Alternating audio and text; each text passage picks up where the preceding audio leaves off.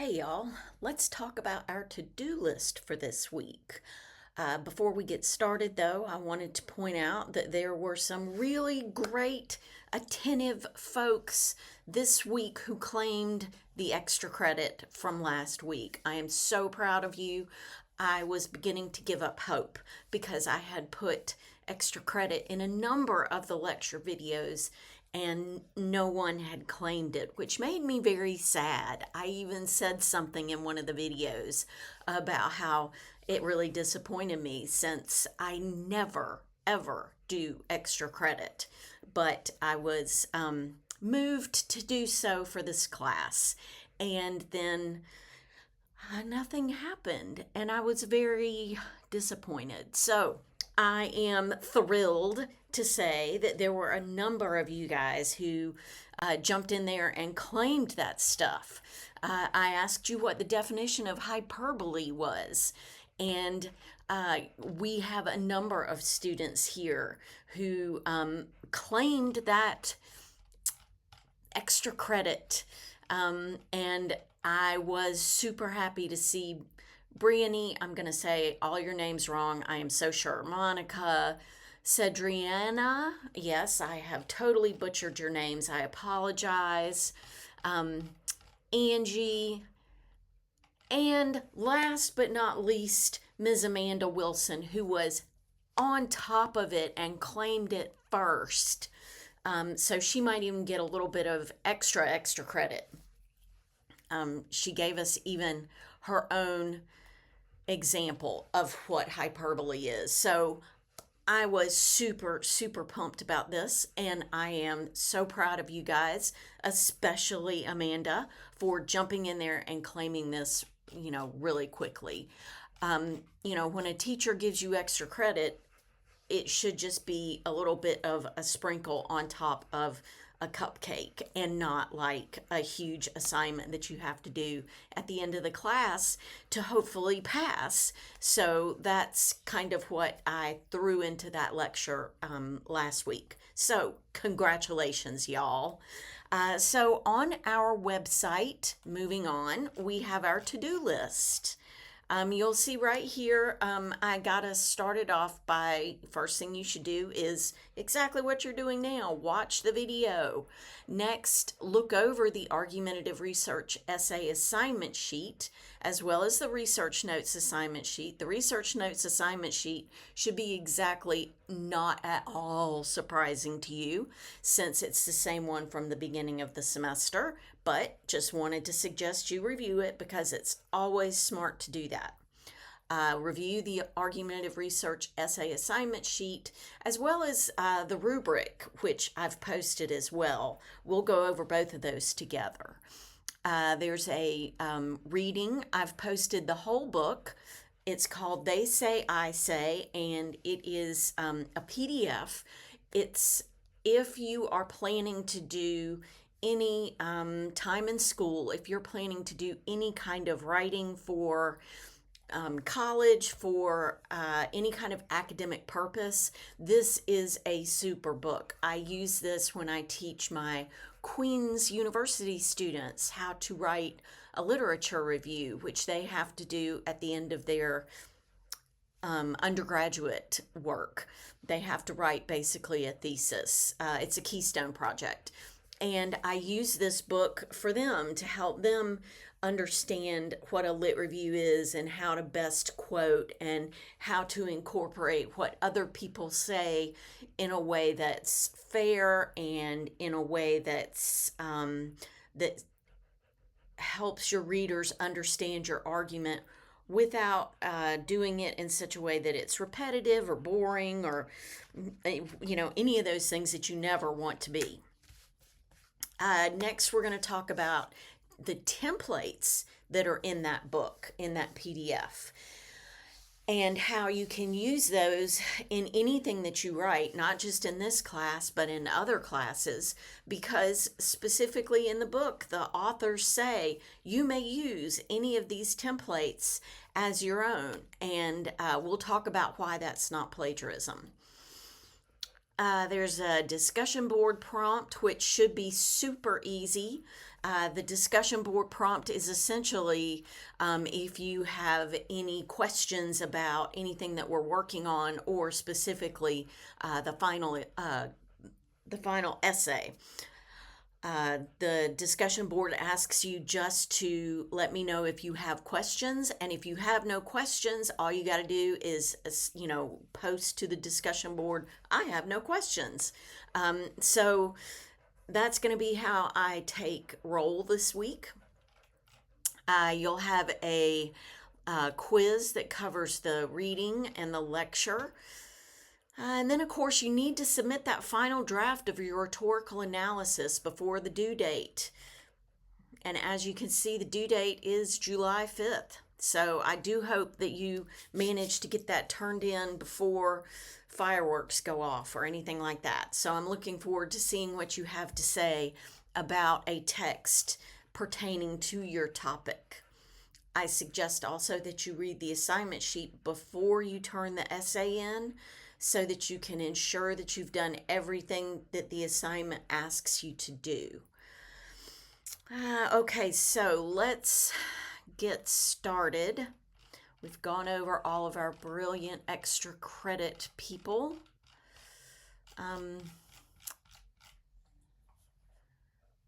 Let's see. Okay, so we will talk about our assignment sheet for the argumentative research essay. You'll write this essay. It's an argument. It needs to offer a feasible remedy to the issue that each student has chosen. Oh, that's grammatically and structurally a hideous sentence. I totally need to revise that sentence. And here's another extra credit.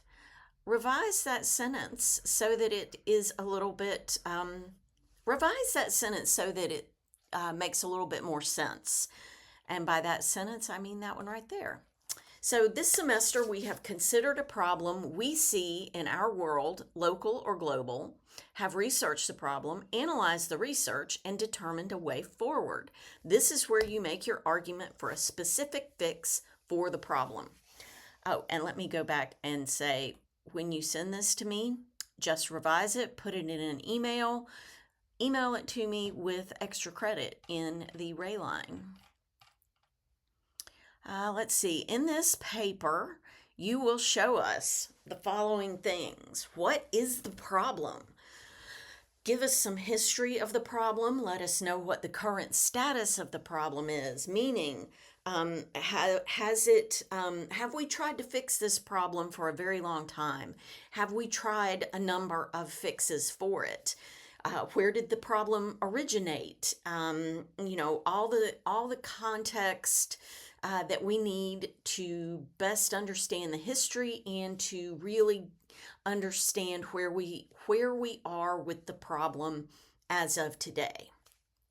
Now, obviously, you can't do this if you haven't developed a really good understanding of the problem or the issue.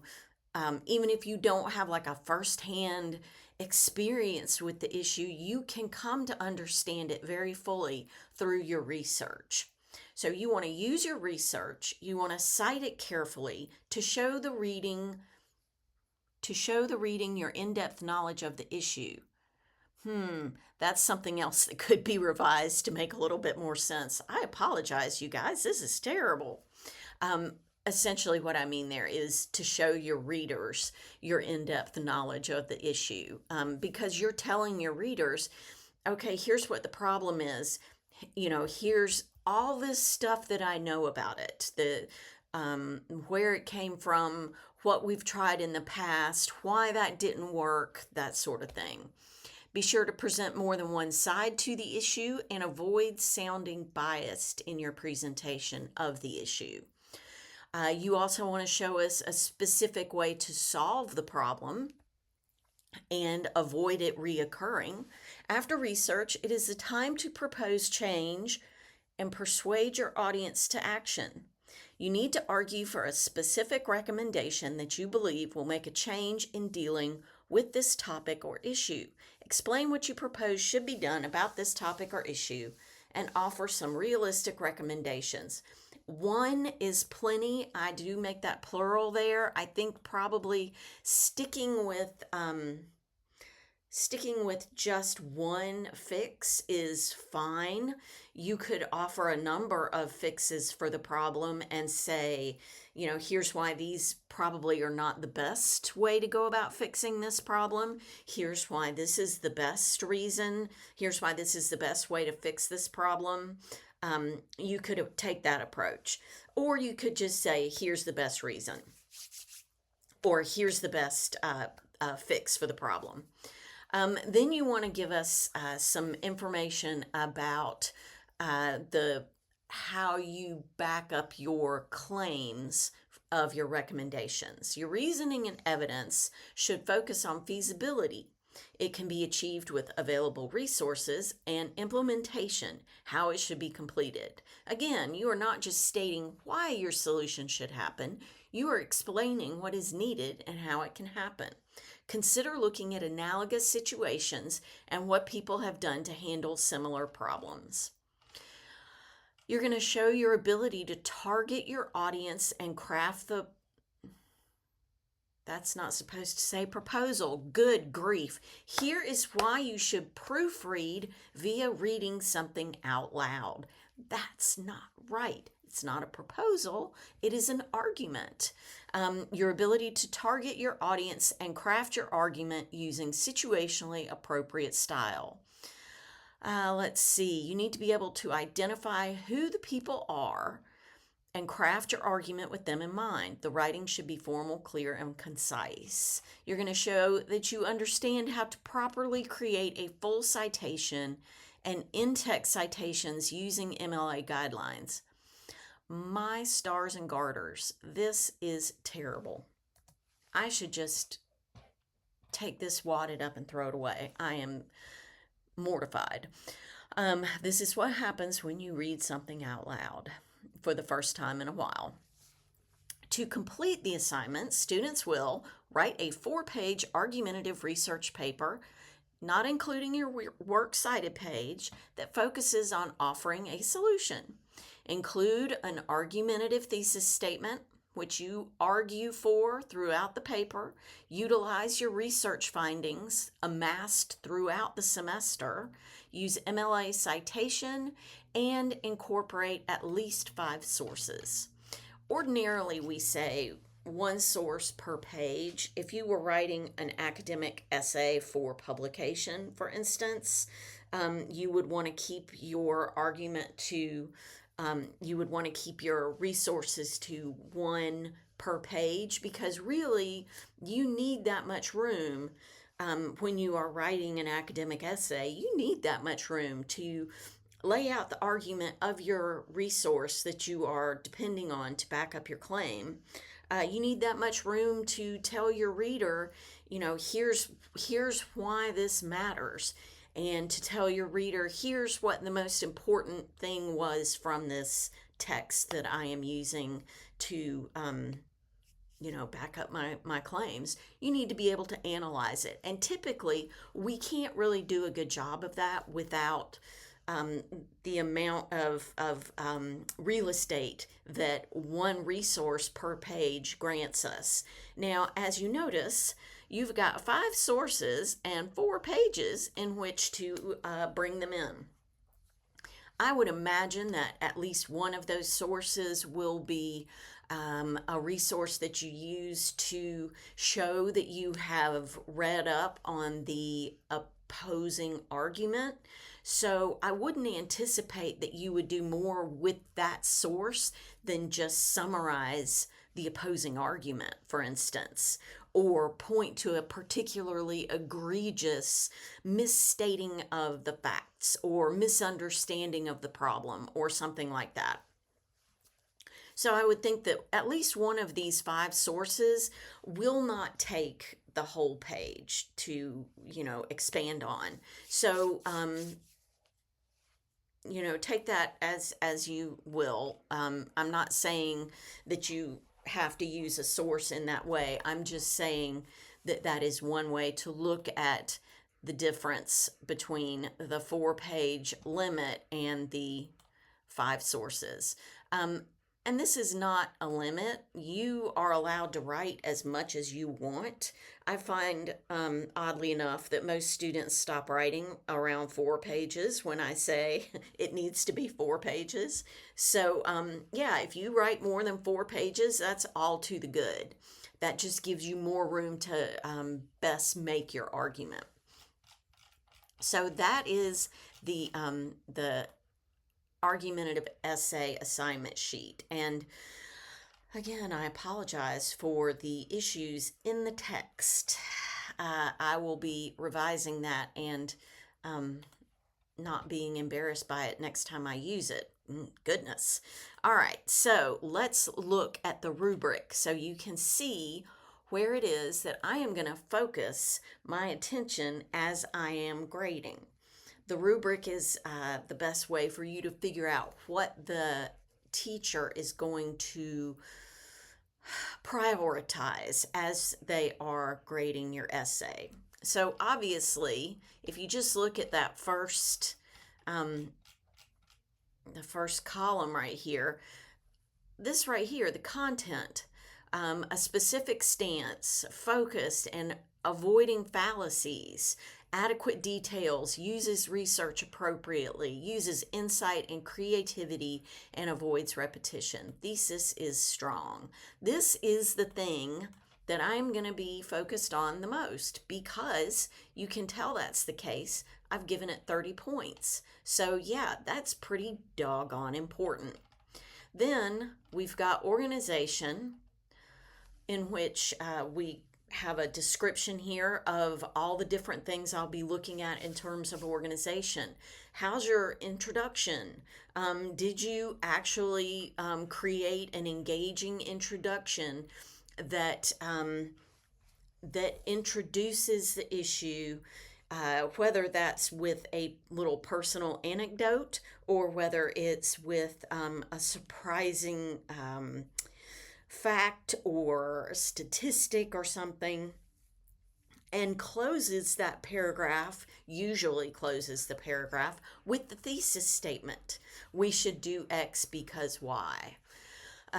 That's generally how thesis statements are drafted, even if it's, even if it becomes more of a complex thesis statement later. You want to make sure that your introduction actually captures your reader's interest. You want to put the thesis statement probably in the last little bit of the paragraph. You don't have to, but generally speaking, that's the best place to put it, is towards the end of that first paragraph. You don't want to just announce the topic. You want your statement, your thesis statement, to be clear. You want it to be to the point. It cannot be a question. Questions are not a good plan in an argumentative essay for a couple of reasons. When you're talking about a thesis statement, it's not a good plan because thesis statement, in the title of the thing, it is a thesis statement, therefore it's a statement and not a question. Also, a question is conversational in nature and aimed at the audience, and that's not typically really good academic prose. So take that as a suggestion about your thesis statement. You want to make sure that there's logic related to your organization. Does it make sense, or do you have stuff scattered everywhere? Do you have transitions from point to point that make sense? Have you synthesized your ideas into a cohesive whole? And do you have a good conclusion? You want to make sure that your language use and your mechanics are good and strong. Let's see, few errors in grammar and usage, unlike my argumentative essay assignment sheet. Writer does not directly address the audience and does not use second person language. Now, you might be a little confused because I did just say, oh, you might want to use a a personal anecdote at the very beginning. That obviously means that you can use first person language. Second person language, not so much. Second person language is specific to directly addressing the audience, as in, what do you think about directly addressing the audience? Yay or nay? Hint, hint, nay. Format and writing process meets the length requirement. Oh dear, that says 5 to 6. See, another reason I should be proofreading these things out loud. I apologize. It should be 4 pages. I'll change that. And I will, the copy that you will have on the website should be correct. I will repost this right after I finish this video. Follows MLA style. If you need help with the MLA style, I've posted a couple of places online on our website that take you directly to the Purdue OWL. If you're not sure what things are supposed to look like or how the document is supposed to look, I'll be doing another video next week where I really go through that in depth and we walk through it step by step by step.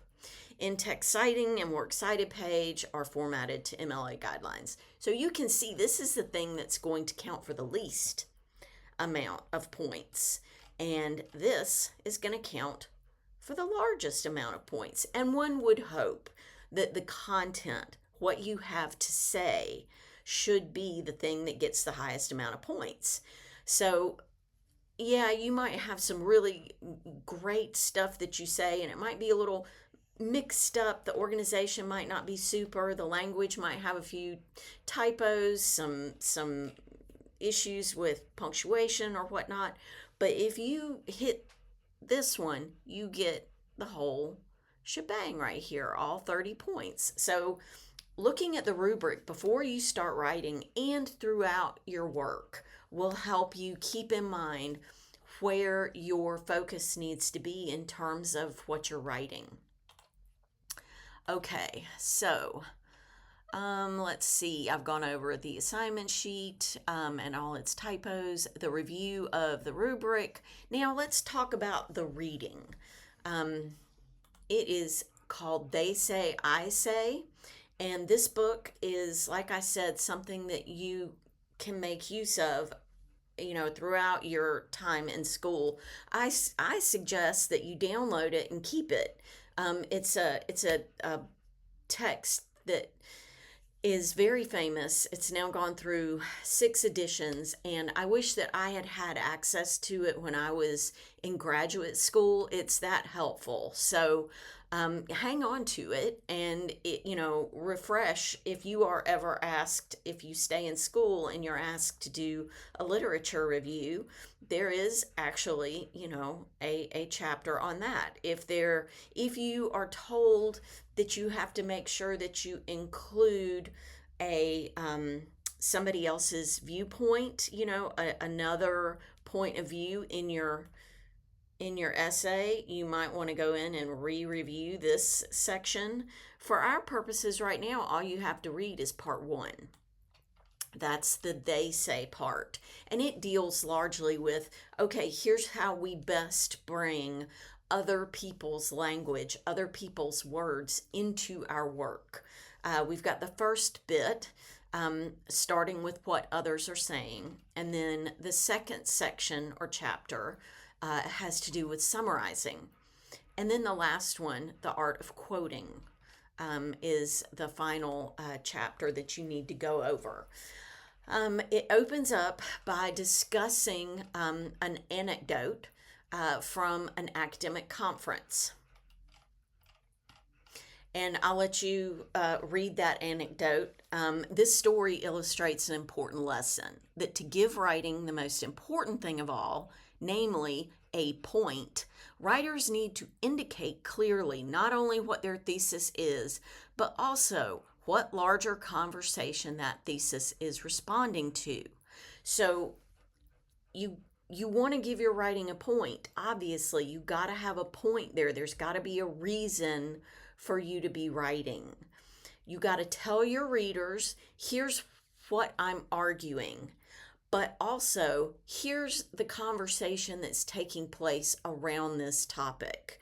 If you were to step into a conversation, for instance, about the algae in the pool in Washington, if you don't have an understanding of what that monument, what that the importance of that monument in DC is to people, the reflecting pool, you're not going to understand why it's so problematic that it's full of mold and algae. So if you don't understand that, that argument is not going to hold as much power. So always include context and the bigger conversation that's taking place. Let's see. Talk about order. Remember that you are entering a conversation and therefore need to start with what others are saying, as the title of this chapter recommends, and then introduce your own ideas as a response. This is a great way to construct your argument. Now, obviously, when I say thesis statement is you can create your thesis statement. We should do X because Y. I'm actually talking about a little bit more than that here. I'm talking about kind of the introduction to your argument, the larger organization of your essay. You are entering a conversation with other people and therefore need to start with what other people are saying. Basically, if you and a group of friends are talking about something and your best friend comes up and is like, "Oh, I think Joe is totally right. I totally buy what he's saying." What did Joe just say? And then you have to catch him up on what Joe had to say. That's what you're doing here. You are conveying to your audience, here's what's going on already. Now, here's what I think about it. Specifically, we suggest that you summarize what they say as soon as you can in your text and remind readers of it at strategic points as your text unfolds. So keep this in mind as you are working on your argument, okay? As you are working on organizing what you've written, organizing your thoughts, that sort of thing.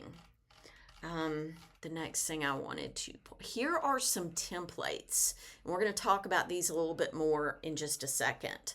But these are some, essentially, if you remember, I don't know if you saw these as a kid, but there used to be a whole series of books called Mad Libs. And these are like Mad Libs for academics. Basically, you are being given some language that can act as training wheels. It has become common today to dismiss idea, and you put your own thoughts in here. That's another reason that this is not plagiarism. If you use one of these or multiple of these templates, you are not plagiarizing.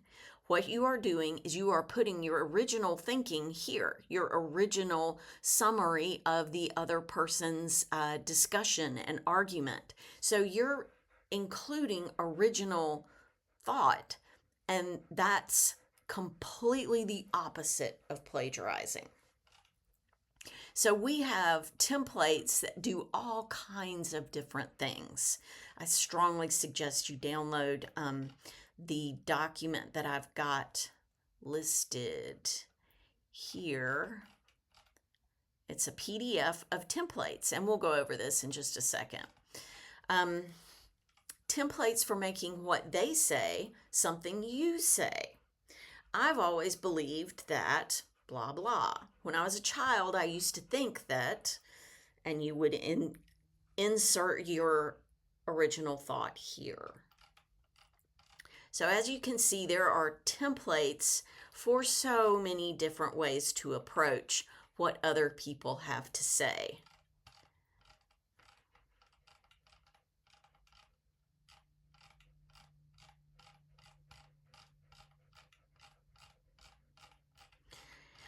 And on to her point is the art of summarizing. This is the second section of part one that I asked you to read. And just because I'm skipping some of this stuff does not mean that you shouldn't read it. You want to read all of this because it's super helpful, and it will be very helpful as you sit down to start writing. If, as a writer, you cannot or will not suspend your own beliefs, you are likely to produce summaries that are so clearly biased that they undermine your credibility with readers. When we have, for instance, a politician who comes out and says, the Constitution does not require us to have a separation of church and state, as we had a politician come out and say not long ago, that makes that politician look really silly because it's very clearly set forth in the Constitution that there is supposed to be a separation of church and state. So now, anytime that politician actually comes out and says something, most people who have paid attention are going to say, okay, I can't really trust what that person says because they got something that basic wrong. So right here, we have an example. Kenneth Goldsmith's article, Go Ahead, Waste Time on the Internet, is a total defense of the internet against its critics. I disagree because I see so much on the internet that's just terrible. And then we've got a link to what Goldsmith actually says. And if you go and look at that, you can see that this is not at all what he says. Goldsmith does defend the internet. He does not do so in a total or categorical way. Instead, he argues the internet is a befuddling mix of the stupid and the sublime. As a culture, right now, we seem to be incapable of really doing the critical thinking that allows us to look at this text up here that I've highlighted right here.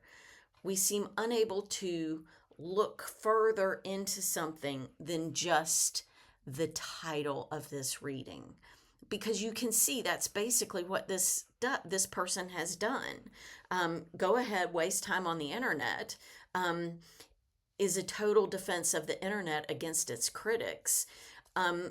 They obviously haven't read the essay. They haven't read what it says, or else they didn't understand what parts of it they did read.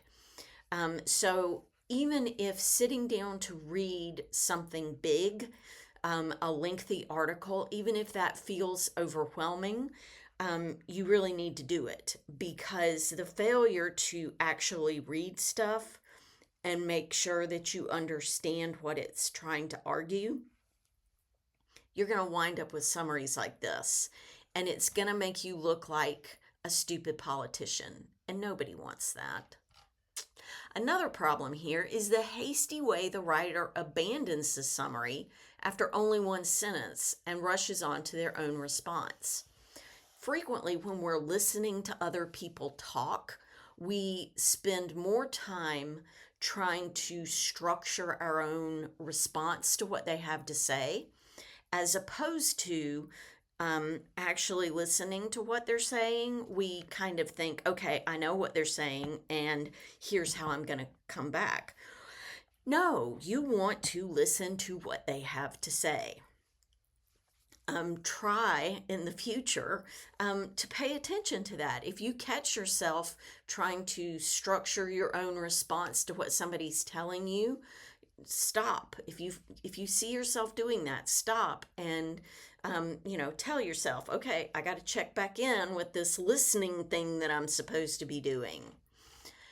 When summarizing something you've read, be sure to provide a rigorous and thoughtful summary of the author's words, or you may fall prey to what we call the closest cliche syndrome. in which what gets summarized is not the view of the author in question, but a familiar cliche that the writer mistakes for the author's view, sometimes because the writer believes it and mistakenly assumes the author must as well. For example, Martin Luther King Jr.'s passionate defense of civil disobedience in Letter from Birmingham Jail might be summarized not as the defense of political protest that it actually is, but as a plea for everyone to just get along. The concept that someone would summarize Dr. King's Letter from Birmingham Jail as a plea for everybody to just get along shows a misapprehension, misunderstanding, and completely missing the point of the text in an absolutely jaw-dropping way, which again makes the writer look like an idiot. Nobody wants that. Let's see, what else do we have here?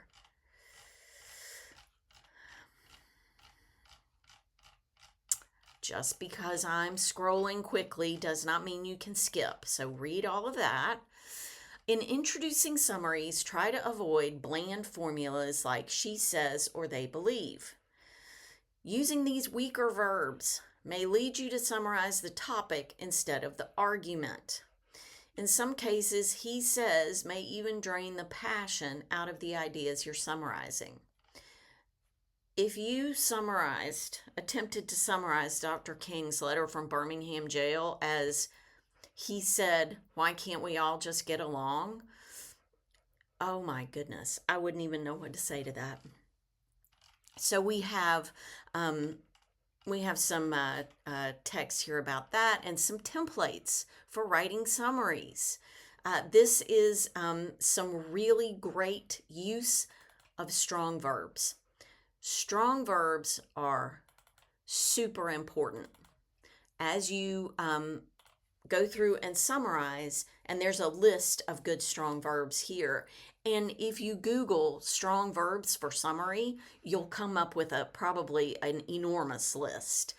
Think about how different the sentence is in terms of strength and concision and just good writing when it says in her essay X, she advocates a radical revision of the juvenile justice system, as opposed to in her essay X, she says we need a radical revision of the juvenile justice system.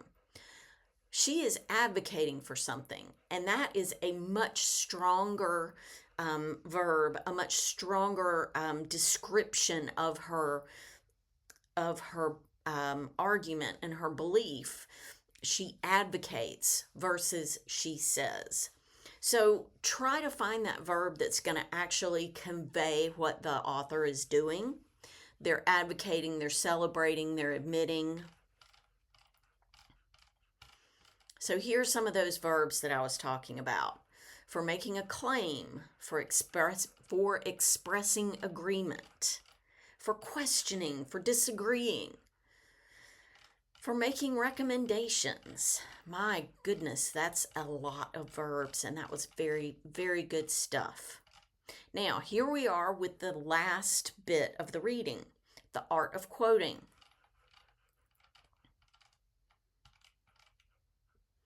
Quotations function as a kind of proof of evidence, saying to readers, look, I'm not just making this up. So your quote isn't supposed to do the arguing for you. The quote is supposed to shore up your argument. Some writers quote too little, some writers quote too much. The main problem, I cannot stress this enough, the main problem with quoting arises when writers assume that quotations speak for themselves. Just because you put that quote into your text, into your essay, does not mean that your reader is going to make the same connections that you are. For one reason, you have now at this point read more about your topic probably than I have. You are probably you have read more about it and thought about it more than probably most of the class. Writers who make this mistake think that their job is done when they've chosen a quotation and inserted it into their text. They draft an essay, slap in a few quotations, and whammo, they're done. Such writers fail to see that quoting means more than simply enclosing what they say in quotation marks. So you have to be able to analyze the quotation, tell us why it matters, make sure that the quotation you choose is the best possible way of putting whatever it is that you want to convey, and there's no other way to put it other than that if you want to pick the best possible description of the issue. Before you can select appropriate quotations, you need to have a sense of what you want to do with them, how they will support your text, at what point in the text itself. Don't just select quotations for the sake of demonstrating that you've read the author's work. They need to support your own argument. Make a quotation sandwich. Quotations that are inserted into a text without such a frame are sometimes called dangling quotations for the way they're left dangling without any explanation. This is also known as plopping a quote. I had an instructor in graduate school who referred to it as plopping a quote, as a cow quote. It was a cow quote because plopping things is what a cow does. You don't want to have a cow quote. Please don't plop quotes. Don't be a hit and run quoter, as the authors say here. They've run over Plato in this picture here. Let's see. Then we've got the templates for introducing quotations. You should look over those and see if you can use them in your essay. Over analyzing how not to introduce quotations. Please, for the love of God, do not do these things. We want to conclude this chapter by surveying some ways not to introduce quotations. Although some writers do so, you should not introduce quotations by saying something like, Orwell asserts an idea that, or a quote by Shakespeare says. This will be my face when I read your essay if you do that. I don't want to have that look on my face as I am reading your essay. Please don't make me look like that.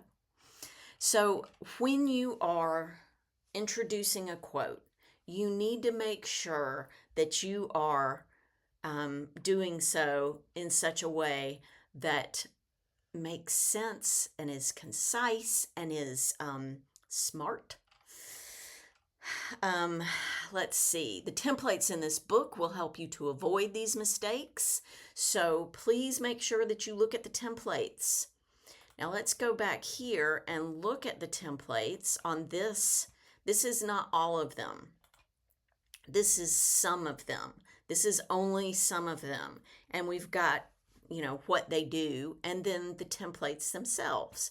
So please feel free to block copy any of these and use them in your text. If you go to another class and try to use these, you should be okay. I would think that you would be okay, but you might want to mention to your teacher that before you turn something in, that you have done this. It is not, as I said, it is not,